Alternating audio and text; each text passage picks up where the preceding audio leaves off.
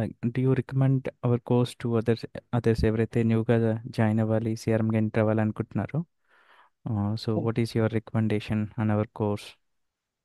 Sir ఎవరికైతే అసలు ఏమీ నాలెడ్జ్ లేదు సిఆర్ఎం మీద, వాళ్ళైతే కళ్ళు మూసుకొని అశోక్ డైనమిక్ టెక్నాలజీస్కి జాయిన్ అవ్వచ్చు సార్. ఎందుకంటే ఇది నేను చెప్తున్నాను కాదు, మీరు వన్స్ జాయిన్ అయినాక మీరు ఆ ఫీల్ ఎంజాయ్ చేస్తారు.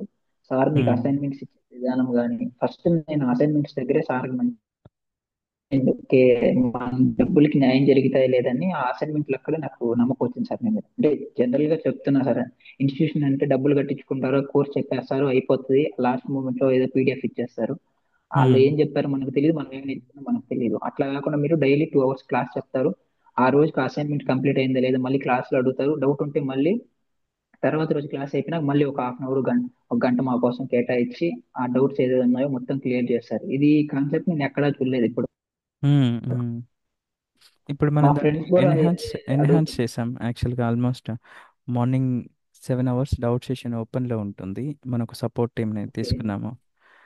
ఓకే. ఒక 7-8 hours ఓపెన్లో ఉంటుంది డౌట్ సెషన్. యా.